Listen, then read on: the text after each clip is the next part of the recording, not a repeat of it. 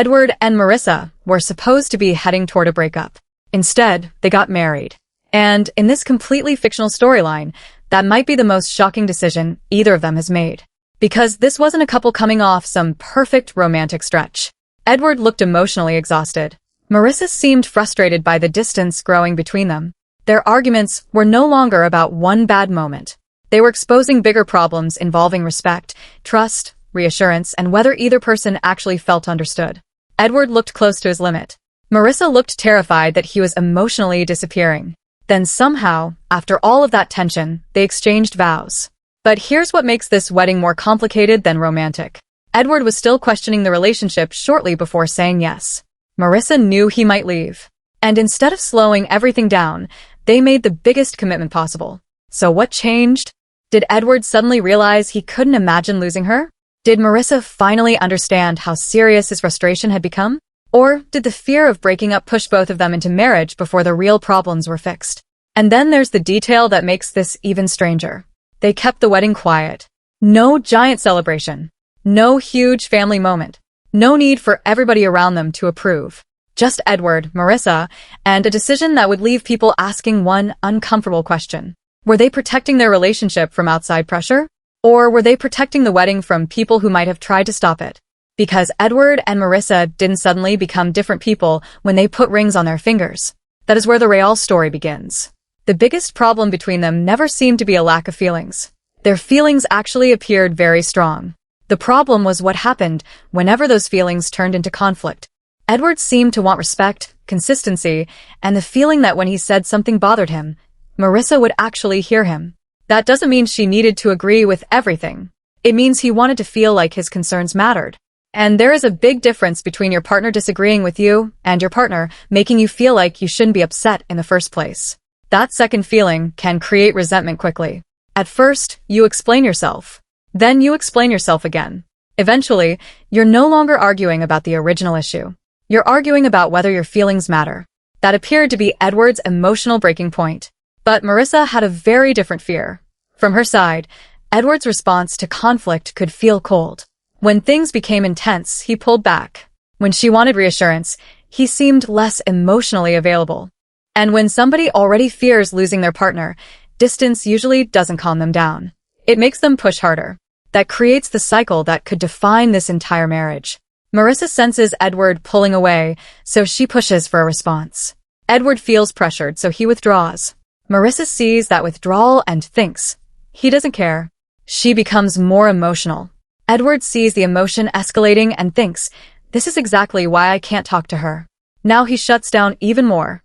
And suddenly both people are using the other person's reaction as proof that their own fear was correct. Marissa thinks Edward emotionally abandons her. Edward thinks Marissa refuses to respect his boundaries. And that is what makes this complicated. They can both be genuinely hurt. One person doesn't have to be completely right and the other completely wrong. Sometimes two people have emotional habits that collide in the worst possible way. Marriage doesn't automatically fix that. Marriage can actually put more pressure on it. And right before this fictional wedding, that pressure reaches another level. Edward stops fighting. That may sound less serious than yelling. I think it's more serious. When somebody is angry, they are usually still emotionally involved. They still want something. An apology, understanding, change. But when somebody who normally argues suddenly becomes calm, that can mean they are no longer trying to win the argument. They may be deciding whether the relationship is worth fighting for at all. That is when Marissa finally realizes Edward could actually leave. He tells her he cannot enter a marriage feeling like he constantly has to prove why he deserves to be heard. And Marissa stops defending herself. That is a huge shift. But it also creates a question viewers would immediately ask. Why now? Why did accountability suddenly become easier when Edward was almost gone? Maybe it was genuine growth. Sometimes people don't fully understand the damage they're causing until consequences become real. Maybe Marissa thought Edward would always stay. Maybe she assumed their arguments were just part of the relationship. Then suddenly, she sees someone who isn't yelling anymore. He isn't trying to convince her. He looks emotionally finished. And she understands this may actually be the end. That can wake someone up. But there is another possibility. Fear. And fear can look very similar to growth when a relationship is in crisis. I understand how I hurt you, and I'll say whatever keeps you from leaving can sound almost identical in the moment. You usually don't know which one is real until the next disagreement. That is why one apology does not prove everything changed. Show me what happens when Marissa becomes angry again. Show me what happens when Edward feels dismissed again. Show me what happens when nobody is threatening to leave. That is where real growth shows up. In this fictional story, Marissa tells Edward she doesn't want their worst moments to define their entire relationship. And that is fair. Every relationship has bad moments. People get defensive. People say things badly. People make mistakes. The bigger question is whether those moments stay isolated or become a pattern. Because if Edward and Marissa keep having the same argument with different details, then they don't have 10 separate problems. They have one repeating problem. Edward doesn't immediately pretend everything is perfect after Marissa takes responsibility. He stays cautious. He wants to know whether she really understands how they reached this point. And then they make the decision nobody expects. They get married. Quietly, privately, without turning the ceremony into a huge family event. And that choice can be interpreted in two completely different ways. The romantic interpretation is easy to understand. Their relationship has become everybody else's business. Friends have opinions. Family has opinions. Viewers have opinions. So Edward and Marissa decide that one moment should belong entirely to them. No critics. No pressure. No relatives looking uncomfortable. Just two people choosing each other. I can understand why that would appeal to Edward. But privacy and secrecy are not always the same thing. Privacy says, this belongs to us. Secrecy can say, we don't want anybody asking questions before we do this. And if people close to them were already worried, keeping the marriage hidden would naturally create suspicion. Imagine being close to Edward. You've heard him say he feels exhausted. Maybe you've watched him question whether the relationship can continue.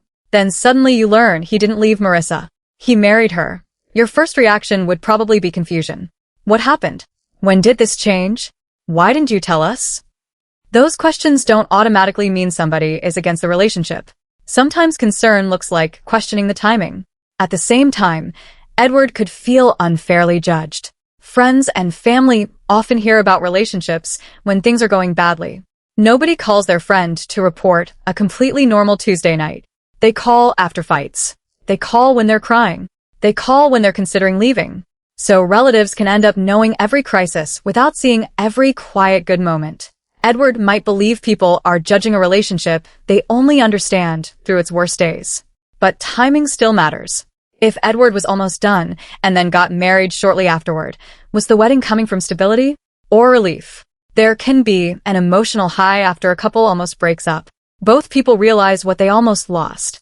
They reconnect. Suddenly the relationship feels stronger. They think, we survived this.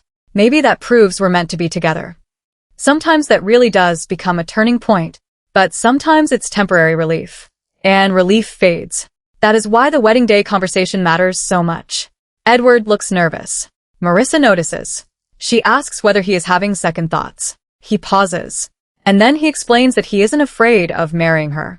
He's afraid of marrying her and discovering that nothing changed. That is the entire issue. He doesn't seem afraid of commitment. He seems afraid of commitment without growth. And that is reasonable. A marriage license cannot fix communication. A ring cannot create respect. A ceremony cannot erase resentment. Marriage changes the level of commitment. It does not automatically change how two people treat each other.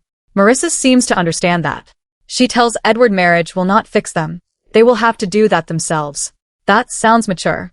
But again, saying the right thing during an emotional wedding moment is easier than living it 3 weeks later. Still, Edward chooses to trust her. They exchange rings. They make vows. And the couple viewers thought could be finished is suddenly married. That should be the happy ending. Except now comes the real test. Because the audience would immediately split. Some fans would probably defend them. They would say couples fight and one difficult period doesn't automatically mean two people shouldn't get married. And that is true. Conflict does not equal incompatibility. The question is what happens after conflict. Can they repair? Can they apologize? Can they change behavior? Can they hear criticism without immediately becoming defensive? Can they disagree without threatening the entire relationship? If Edward and Marissa can do those things, maybe almost breaking up was exactly the wake-up call they needed.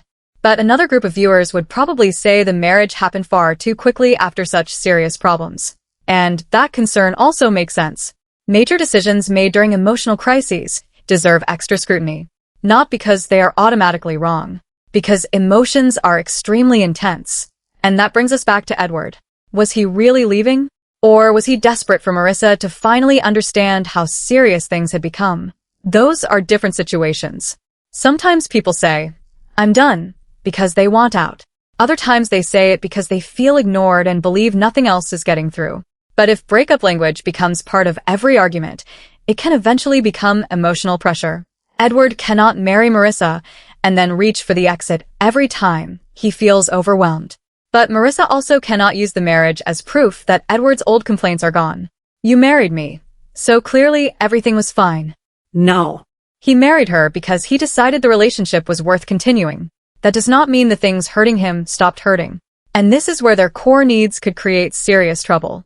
Edward needs respect. Marissa needs security. Imagine their next argument. Marissa becomes worried and wants to talk immediately. Edward feels overwhelmed and asks for space. To Edward, that means, "Give me 20 minutes, so I don't make this worse." To Marissa, it may sound like, "I don't want to deal with you." She pushes harder. Edward feels cornered. He becomes colder. Marissa becomes more anxious. She pushes again. Edward shuts down. And suddenly both people think, "You're doing it again." That is the cycle they have to break. And according to this fictional storyline, they get tested almost immediately. Marissa wants the marriage to become public. She wants to celebrate it. She wants people to know Edward chose her. Emotionally, that makes sense. If you already struggle with reassurance and your new husband says he wants to keep the marriage private, your mind could go straight to the worst explanation. Is he embarrassed? Does he regret it? Why is he hiding me? For Marissa, going public means security. But Edward sees the situation differently. He believes outside opinions created more pressure in the relationship. For him, privacy means protection. That is the problem. Marissa hears secrecy and thinks rejection. Edward hears privacy and thinks protection. Same situation. Completely different meaning. And that might be their biggest weakness. They often react to what they think the other person means instead of asking what the other person actually means. Edward becomes quiet. Marissa thinks he doesn't care. She becomes angry. Edward sees the anger and thinks she doesn't respect him. He pulls away. Neither person is reacting to the original intention anymore. They are reacting to fear. And fear is a terrible translator. That first post-wedding disagreement could reveal more about their future than the wedding itself. Because now they have the same emotional triggers with one major difference. They are married. If Edward withdraws exactly like before, Marissa may think nothing changed. If Marissa ignores his boundaries exactly like before, Edward may wonder whether marrying her was a mistake. That is when the wedding becomes reality. Did they actually change? Or did their relationship status change? Those are not the same thing. And this leads to the biggest question. Did Edward and Marissa marry because they truly gained clarity? Or did they marry because almost losing each other terrified them? Both things could be true. They can genuinely love each other and still have rushed the decision. They can truly want a future while also reacting to fear. The danger comes if fear becomes the foundation of the marriage. If Marissa constantly worries Edward might leave, she may demand endless reassurance. If Edward feels like he must prove commitment every time he asks for space, he may eventually feel trapped. Then the relationship becomes one long test. Do you still love me? Do you regret this? Why are you quiet? Why don't you want people to know? That becomes exhausting.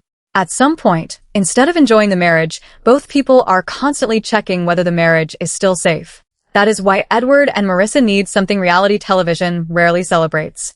They need boring. They need disagreements that don't become emergencies. Edward needs to be able to say, "I'm upset. Give me 30 minutes," without Marissa believing he is leaving. Marissa needs to say, "I need reassurance," without Edward hearing it as an attack. They need consistency. One apology will not save this marriage. One wedding conversation will not save it. One declaration of love will not save it. Patterns will. If Marissa repeatedly shows Edward that she hears him, he may stop entering every disagreement expecting disrespect. If Edward repeatedly shows Marissa that space doesn't mean abandonment, she may stop treating every quiet moment like a warning. That is how trust develops. And that is why this fictional marriage is more interesting than a breakup. Before the wedding, the question was whether they would choose each other. Now we know they did. The next question is whether they know how to live with that choice. Because loving somebody and knowing how to resolve conflict with them are very different things. You can love someone deeply and still communicate terribly. You can have chemistry and still be unstable. You can be emotionally connected and still trigger each other's worst habits. That is why fans would remain divided. Some viewers would focus on the love. They keep choosing each other. That must mean something. It does. But another group would focus on the emotional exhaustion. If they have to get this close to breaking up before they understand each other, how sustainable is this? That matters too. The love can be real. The dysfunction can be real at the same time. And now the stakes are higher. If Edward feels dismissed again, he may wonder whether this is what his entire marriage will look like. If Marissa feels Edward pulling away, she may wonder whether her husband regrets choosing her. That is why the first truly ugly argument after the wedding will tell us everything. Does Edward shut down? Does Marissa become defensive? Does somebody threaten the relationship? Or does one person catch the old pattern before it takes over? Imagine Edward saying, "I'm overwhelmed, but I'm not leaving. Give me some time." That would reassure Marissa while still protecting his boundary. And imagine Marissa saying, "Okay, but come back so we can finish the conversation." That would be real progress, not perfection. Progress. But if they fall right back into the old cycle, family and friends could create another problem. People who question the secret marriage might say, "We warned you." That could make Edward defensive. He might stop talking about relationship problems because he doesn't want critics feeling validated. And couples who become obsessed with proving everyone wrong can start hiding problems instead of solving them. The relationship becomes us against the world. That can feel powerful for a while. But eventually the outside noise disappears. Then you are left with the same partner and the same unresolved issues. So where could this fictional marriage go? There are 3 realistic possibilities. The first is hopeful. Almost breaking up genuinely changed them. Marissa learns that listening to Edward doesn't mean surrendering every argument. Edward learns that needing space doesn't require emotionally disappearing. They finally stop trying to win and start trying to understand the pattern. If that happens, the marriage could become stronger. Not because marriage fixed them, because the crisis forced them to grow. The second possibility is much messier. The wedding creates a honeymoon period. They are happy. They're making plans. They believe the worst is behind them. Then normal life returns. Stress returns. The old communication problem comes back. And suddenly Marissa is saying, "You promised things would change." Edward is saying, "I told you marriage wouldn't magically fix us." Now, they're not just arguing about one issue. They're questioning whether getting married was a mistake. And the third possibility may be the most realistic. They improve, but imperfectly. Edward communicates better, but still sometimes shuts down. Marissa becomes more accountable but still reacts strongly when she feels rejected. They have progress and setbacks. And the question changes from, are they good or bad together? To something much more interesting. Can they become better together? Because compatibility is not always about never triggering each other. Sometimes it is about learning what to do when those triggers appear. The marriage answers one question. Edward chose Marissa. Marissa chose Edward. But choosing each other during one emotional ceremony is different from choosing the relationship during the next terrible argument. Now, EDW.